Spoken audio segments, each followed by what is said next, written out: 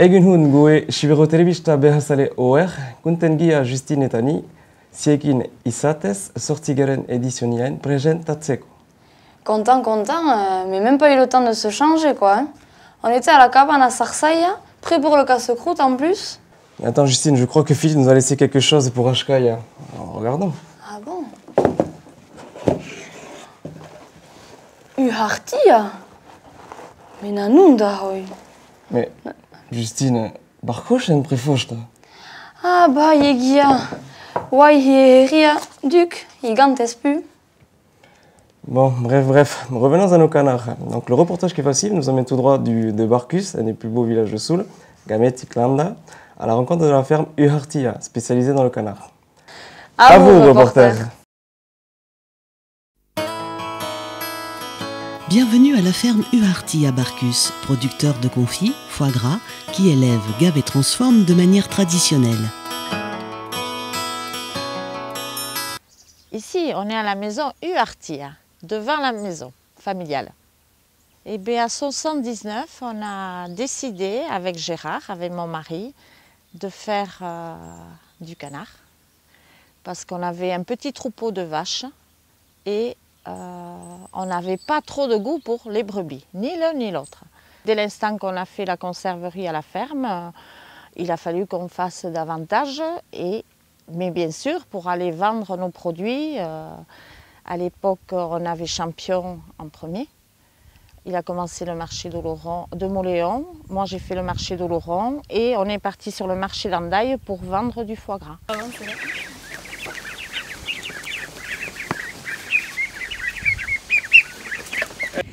Donc en fait les canetons arrivent à un jour donc, sur l'exploitation, donc on les garde en poussinière jusqu'à l'âge de 4 semaines. À partir de la seconde semaine, on commence à les ouvrir sur des petits parcours près de la poussinière et on les rentre tous les soirs. Et ensuite à partir de la 4e semaine, on va commencer à les envoyer vers des parcours qui sont bien plus grands où ils resteront jusqu'à l'âge de 14, 15, 16 semaines. Le canard montagnard, pourquoi? Parce qu'on les élève donc dans des parcours bien enherbés mais qui sont forcément un petit peu en pente. Et donc tous les jours ils font le va-et-vient entre les abreuvoirs qui se trouvent en bas et l'alimentation qui se trouve en haut des parcours. Donc du coup ils se font leur petit jogging quotidien, quoi.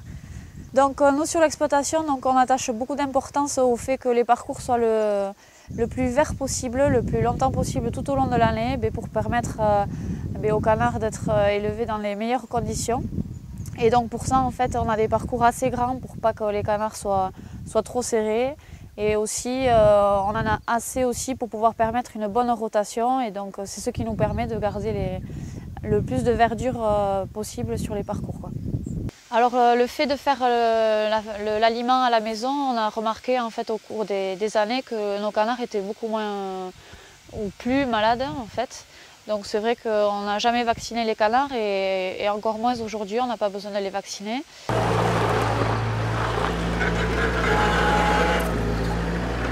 Ici, c'est moi qui m'occupe de semer tout ce qui est maïs et triticale. Et ensuite, on achète aussi du tourteau. Tout ce qu'on achète est certifié non OGM. Voilà, c'est un produit vraiment de qualité. On a la fabrique d'aliments ici même qui nous fait le mélange et le broyage de maïs. On adapte l'alimentation, alors plus ou moins de maïs, plus ou moins de triticale, pareil pour le tourteau et les minéraux. Voilà. Là, j'ai fait une formation de couvert végétal justement pour d'ici quelques années pouvoir limiter tout ce qui est désherbant, tout ce qui est engrais. Ça nous permet aussi de choisir notre aliment comme par exemple le maïs pour qu'il soit de très bonne qualité.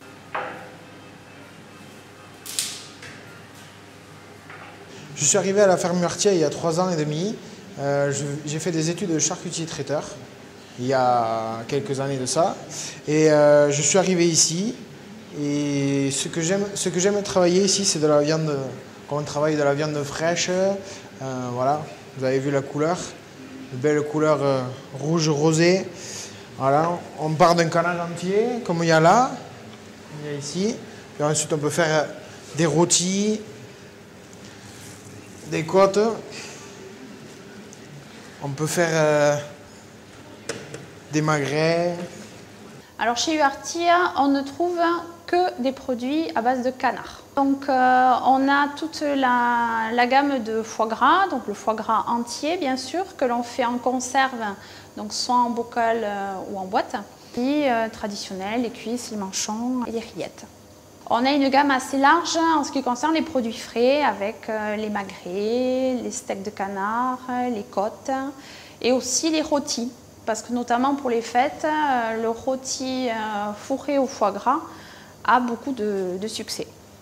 Les clients peuvent venir chercher à la ferme les foies pour se faire leur foie gras maison. Ils peuvent également venir chercher les canards entiers et des produits découpés. On travaille à 75% aujourd'hui en vente directe, donc par le biais des marchés. Oui, on a également la vente directe à la ferme, le matin de 9h jusqu'à midi et demi et l'après-midi de 2h30 jusqu'à 6h30. On travaille également en vente directe par le biais d'Internet qui nous permet aujourd'hui de vendre partout en France.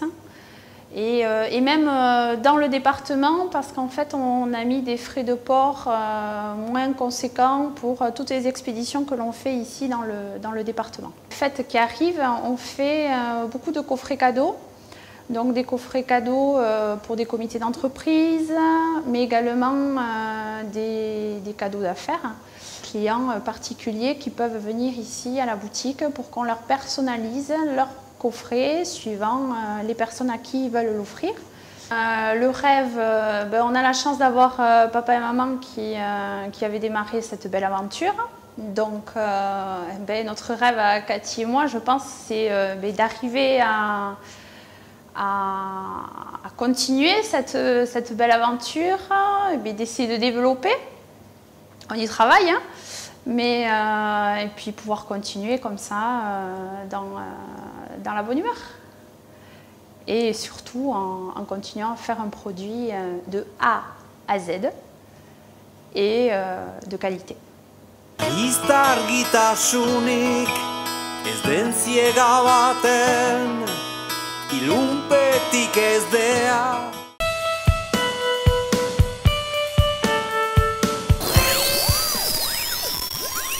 Bon, tous ces canards là, ça me fait disjoncter. Faut que j'aille me défouler là. Hein.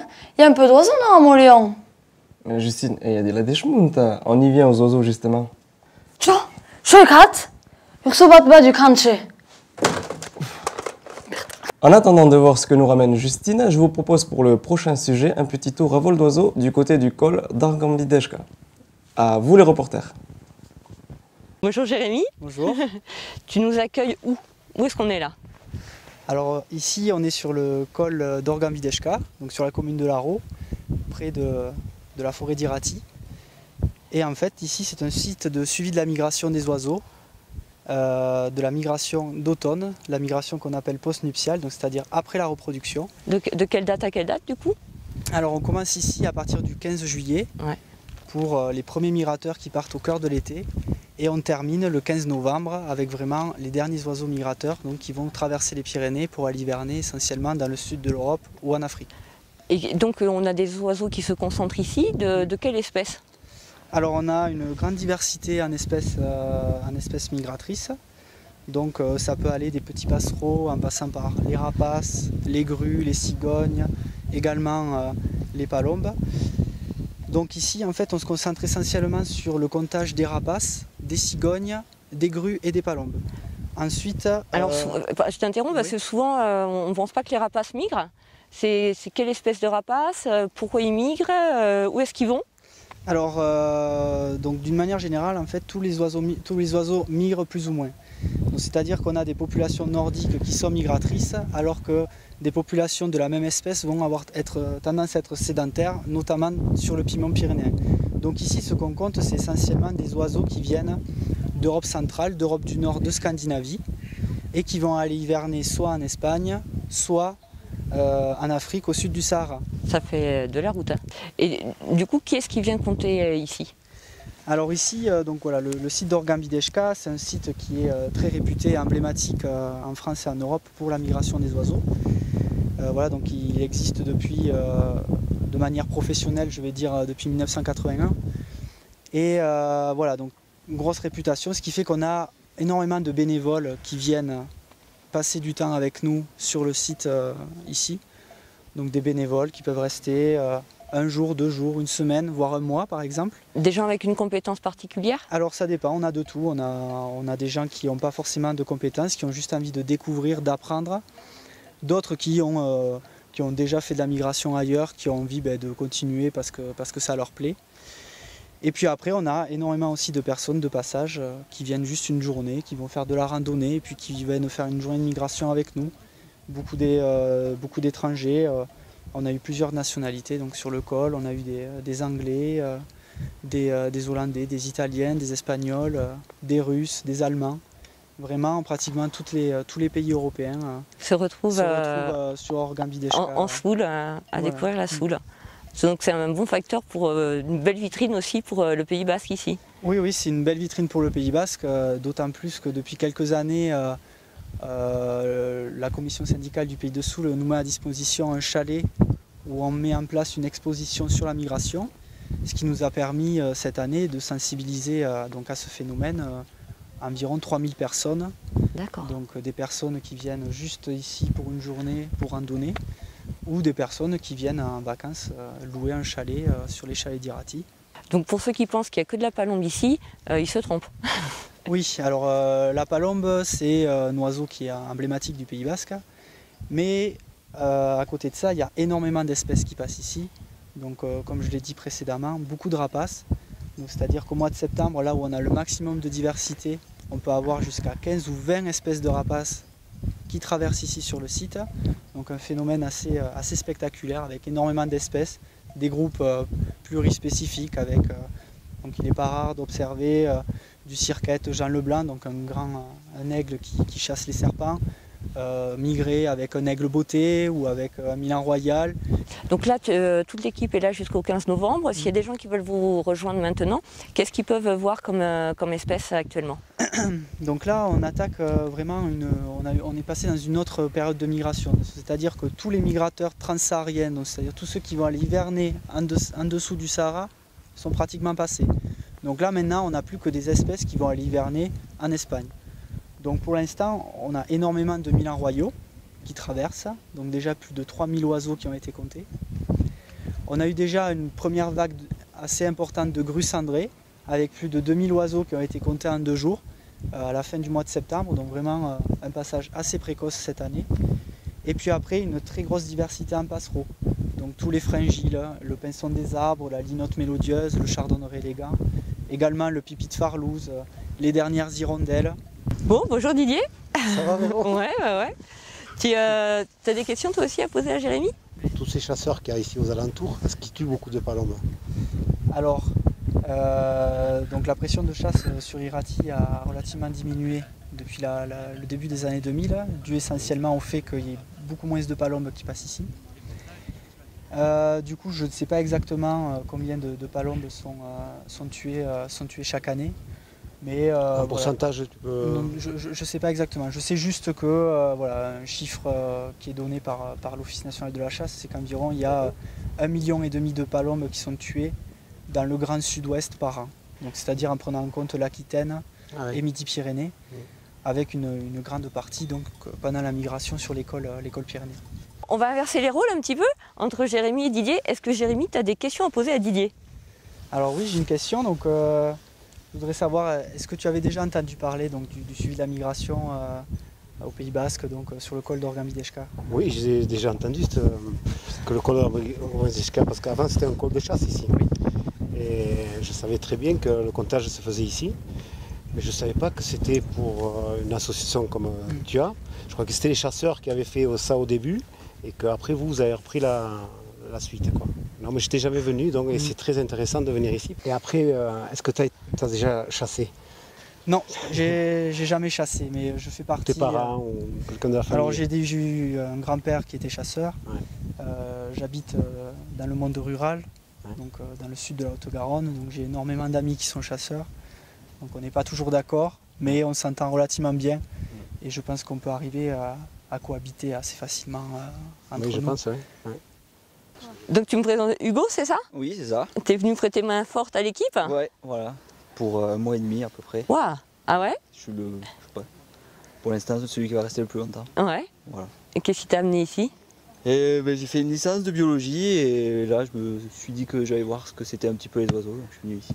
Comment on fait? Quels sont les critères pour reconnaître un oiseau en vol? Au début c'est galère parce qu'on voit juste un oiseau, un point noir quoi. Et petit à petit on a l'œil qui s'affine un petit peu et on commence à repérer certains critères, notamment sur les battements d'ailes, sur la taille de l'oiseau, des choses comme ça. Déjà il est très sombre. Ouais. Les ailes sont pointues, elles ne sont pas grosses comme un pèlerin. Tu vois le masque de la tête qui va être plutôt clair. La queue est longue et au battement d'ailes. Il fait des battements d'ailes, des planés et un peu de surplace. Ah oui.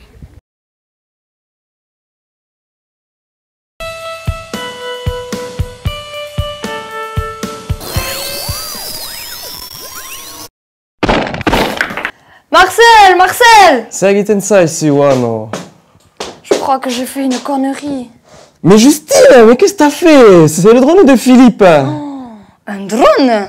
Mais na serda, hoi. Rien, trop fort rien. Juste qu'il lui servait pour faire vue du ciel, quoi. Oh, punaise. Bon, regardons quand même ce qu'il a pu filmer.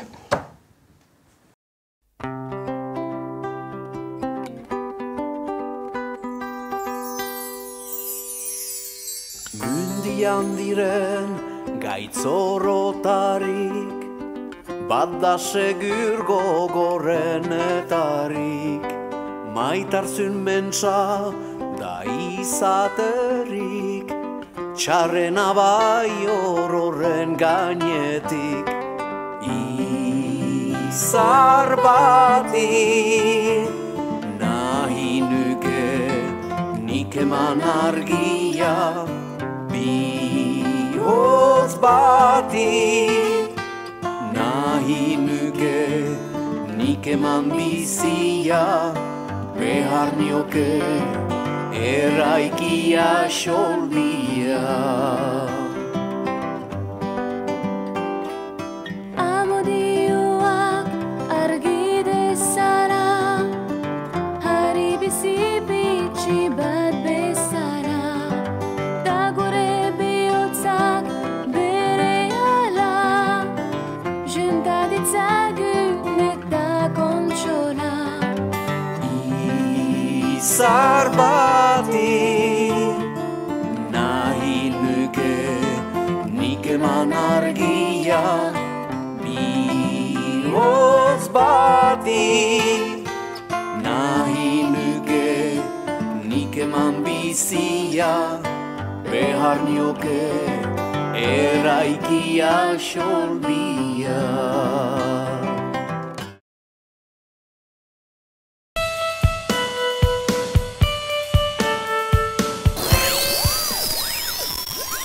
Bon, Justine, tu vois que ça a l'air magnifique vu d'en haut, à la place des oiseaux moléens. T'as reconnu Pisgari, non? Pisgari? Serda choi hoi. Bon, tu dois être encore un peu sous le choc. Bon, regarde le prochain sujet, ça va te requinquer. Nous restons à Moléon pour aller à la rencontre de l'association Pisgari. À vous les reporters! L'association Pisgari a été créée en 1995 par une animatrice et un prêtre. Voilà, parce qu'ils se sont rendus compte que les jeunes en Soule n'avaient pas d'endroit où ils pouvaient se retrouver et monter des projets et s'exprimer. Donc ils ont créé Pisgari. Donc depuis 2002, l'association est à Moléon. Voilà, donc ici on est dans le foyer des jeunes, donc on est sur les canapés où nous accueillons nos jeunes le mercredi après-midi. En fait, donc l'association Pisgari a été créée pour permettre aux jeunes donc, de se retrouver, de vivre des temps de collectivité, enfin, vivre des temps ensemble, de partage, de solidarité. Donc le projet éducatif de l'association en fait amène les jeunes à voir, voilà, à observer l'environnement dans lequel ils évoluent, découvrir de nouvelles choses, juger. Donc nous les animateurs, on est animatrices, on doit essayer d'amener les jeunes et les enfants à avoir un esprit critique. Donc nous les animatrices, on essaye d'accompagner les enfants et les jeunes sur différents projets. Donc les projets, ça peut être par exemple l'organisation d'une boum, l'organisation d'un séjour, ou voilà, plein de choses comme ça. Et voilà, l'idée de Pisgari, c'est que les jeunes et les enfants, on essaye en fait de les rendre acteurs de mer. Et donc cette association s'inscrit dans les mouvements chrétiens ruraux. Voilà, en fait, les valeurs qui sont véhiculées dans toutes nos animations sont des valeurs de tolérance, de partage, de solidarité, voilà, des choses comme ça qu'on essaye de transmettre et de vivre avec les enfants et les jeunes. Alors moi j'ai connu Pisgari quand j'étais au collège avec les aumôneries. Puis ensuite j'ai fait l'atelier lycée le jeudi après-midi avec le lycée Saint-François. Et là maintenant ça fait 2 ans que je suis animatrice bénévole pour l'association. Donc je fais des camps. J'ai animé la CE tous les mardis soirs et le jeudi soir. Et donc voilà, maintenant je suis très contente de l'association, ça m'a beaucoup apporté au niveau de l'assurance et comme ça. Zentako jitengien pizgarriat lagunekin txostakatzeko eta lagunen egiteko? Ni pizgarria jiten joki berrian egiteko. Horrainu zu pizgarriat etxeko lanen egiteko, sahatzeko eta chikaltatzeko lagunekin. Moi, ce qui me fait plaisir à Pisgari, c'est qu'on fasse des activités ensemble et qu'on s'entraide. Moi, je viens pour voir mes amis et pour faire des rencontres. Moi, je viens à Pisgari pour dormir ailleurs avec mes copains. L'association Pisgari propose différentes activités. C'est-à-dire, en fait, on accueille des enfants allant de 6 ans à 17 ans. Donc, d'abord, pour les 6-10 ans, il y a le club ACE. C'est tous les mardis soirs de 5h à 7h. Donc, voilà, on va chercher les enfants d'à côté. Donc, voilà, pendant ces temps-là, en fait, on partage le goûter tous ensemble ou par petits groupes. C'est le moment aussi de nous retrouver, de discuter avec les enfants de tout ce qui leur passe par la tête, comment ça se passe à l'école, dans la famille. Et ensuite, on passe au jeu. Donc, nous, on préfère que ce soit les jeunes en fait, qui choisissent leur jeu, qui proposent des activités dont ils ont envie de faire. Par exemple, l'an dernier, en fin d'année, il y avait un petit groupe qui voulait monter une boum. On les a aidés à monter ce petit projet. Donc, ils ont choisi le buffet qu'ils allaient distribuer pour le goûter. Ils ont décoré la grande salle paroissiale d'eux-mêmes et notre petit groupe a choisi toute la musique. Les mercredis après-midi, on ouvre donc ce foyer de jeunes aux collégiens, aux 11-14 ans. Donc voilà, c'est l'occasion de monter des projets avec eux. C'est vraiment ce qui les intéresse. Donc ça peut être simplement une journée à thème ou ce qu'ils préfèrent le plus, c'est de monter des camps avec les copains par classe ou à l'extérieur. Et le jeudi après-midi, nous recevons des lycéens qui arrivent après les cours. Donc. Et là, c'est l'occasion voilà, de leur proposer des jeux aussi pour se défouler. Mais avec eux, on entreprend plus des débats sur des sujets d'actualité qui peuvent les intéresser ou des sujets que nous pouvons choisir aussi pour eux. Et en plus de ces activités, nous intervenons au collège d'Arguia et de Saint-François où nous proposons des temps d'aumônerie à toutes les classes. Donc voilà, pendant ces temps d'aumônerie, c'est des petits temps de jeu et de discussion aussi sur divers thèmes que l'on choisit ou qui les intriguent. Étant donné que l'association est en lien avec les paroisses de Soula, on intervient pour les préparations au sacrement. Donc on retrouve les jeunes, mais c'est toujours pareil, faire les objectifs de Pisgari, c'est toujours la même chose. On discute beaucoup avec tous ces jeunes de beaucoup de choses, on essaye de les faire réfléchir sur plein de choses. Donc ça, c'est pour les préparations au sacrement. Ensuite, on organise des camps. Donc les camps, c'est par tranche d'âge. Donc il y a des camps pour les 6-10 ans qui durent en général 3 jours. Des camps pour les 11-14 ans, donc ça va de 3 à 5 jours. Et des fois, on a des camps pour les lycéens. Voilà, donc on essaye en fait d'organiser un camp pour chaque tranche d'âge à chaque vacances. Là, pour l'instant, on sait que les vacances de Noël vont être assez calmes parce que les enfants et les jeunes restent en général en famille. Mais par contre, on est quasiment sûr qu'il va y avoir un camp pour les 6-10 ans aux vacances de février. La programmation elle risque de sortir juste après les vacances de Noël. Donc si vous êtes intéressés, il faut nous appeler au 05 59 28 39 14. Venez tous à Pisgari!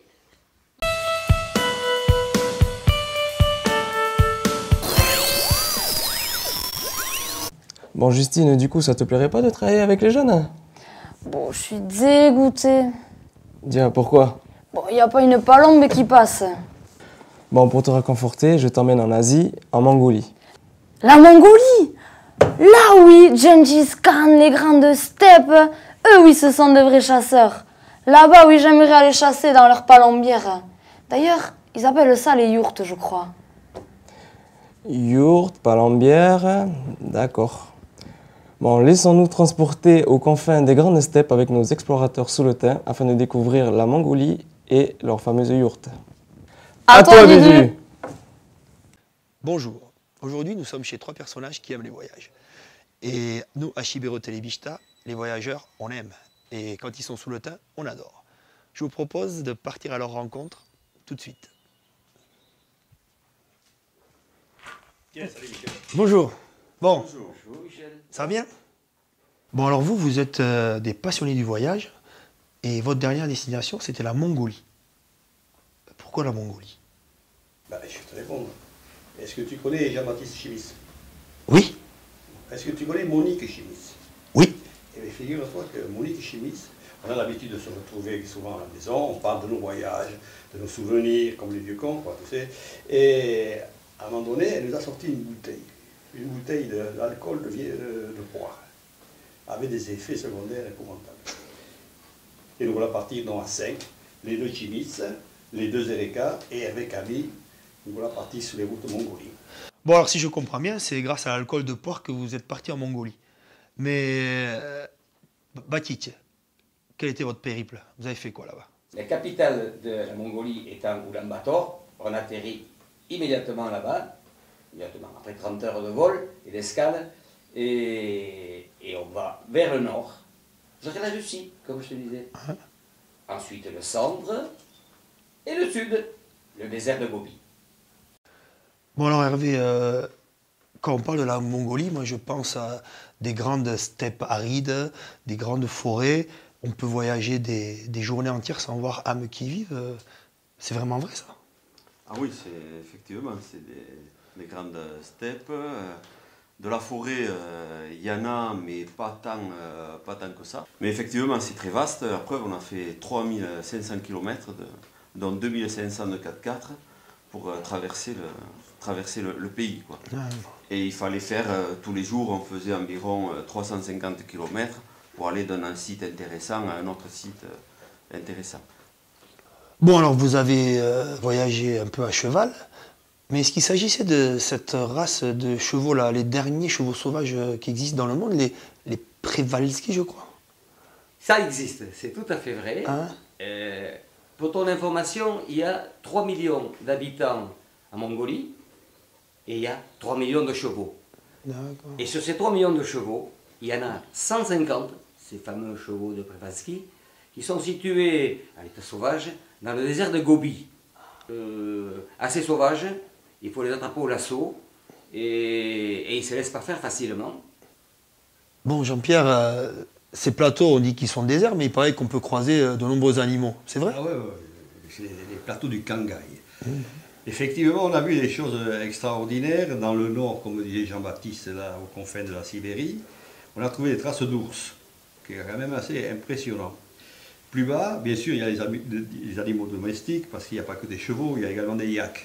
Et pour la faune sauvage, ça c'est plutôt dans le désert de Gobi. On a traversé des canyons assez étroits, assez sauvages, et à un moment donné, il y avait bien sûr des gypaètes. On peut y croiser des ânes sauvages aussi. Le lynx, on peut y croiser le... Qu'est-ce qu'on a vu? Les loups. Bon, tiens, au sujet des loups, la dernière nuit qu'on a passée sous une yourte, dans un hameau complètement perdu, dans la nuit, on a entendu un coup de feu. Putain, je me dis, comme on avait fait un peu la fête, c'était mon anniversaire. Et donc, cette nuit-là, il y a eu un coup de feu, et le matin, avant de partir, avant de monter dans notre fourgon, je pose la question à tout notre fameuse guide qui était adorable. Je dis, mais qu'est-ce qui s'est passé cette nuit-là? Mais cette nuit, il y a le loup qui est venu, il nous a mangé 4 chèvres à côté de la yourte. Tu te rends compte? Et quand je pense que moi, dans la nuit, je me suis levé pour faire pipi comme tous mes compagnons, j'en frémis encore. La Mongolie, c'est aussi le peuple des nomades et leurs fameuses yourtes. Vous avez pu vivre un peu dans ces yourtes? C'est un système qui est très judicieux, surtout pour arriver à le transporter facilement. Donc c'est tout un assemblage avec un point central, avec 2 poteaux qui sont au centre de la yourte, un assemblage de lattes. Les murs, c'est un assemblage de lattes aussi. C'est très judicieux le montage, puisqu'on peut facilement les replier.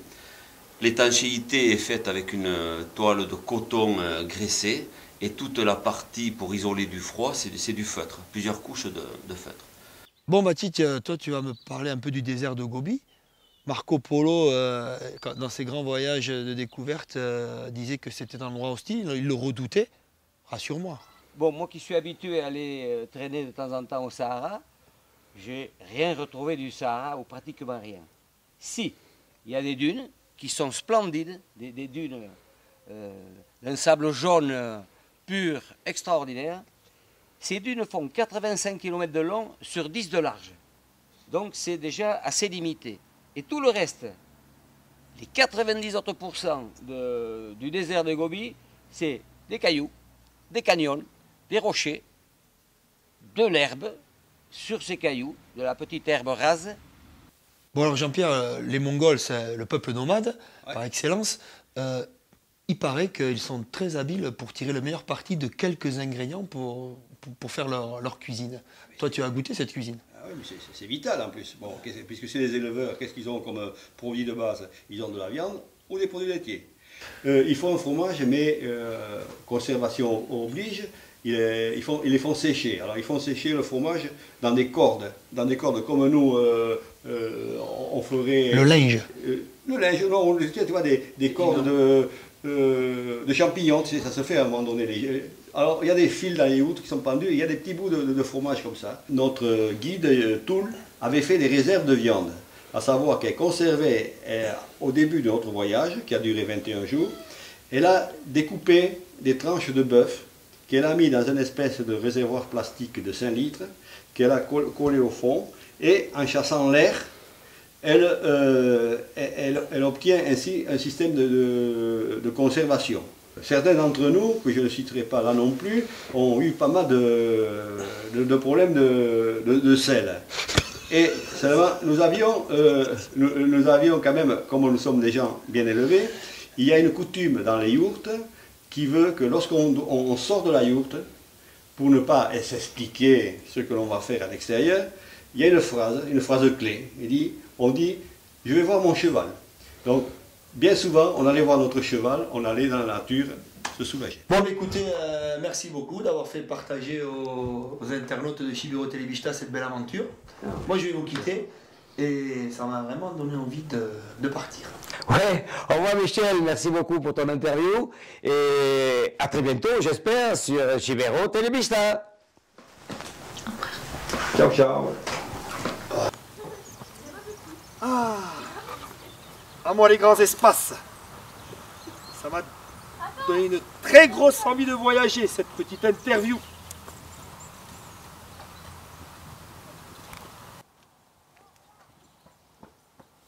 À moi les steppes de Mongolie. Allez.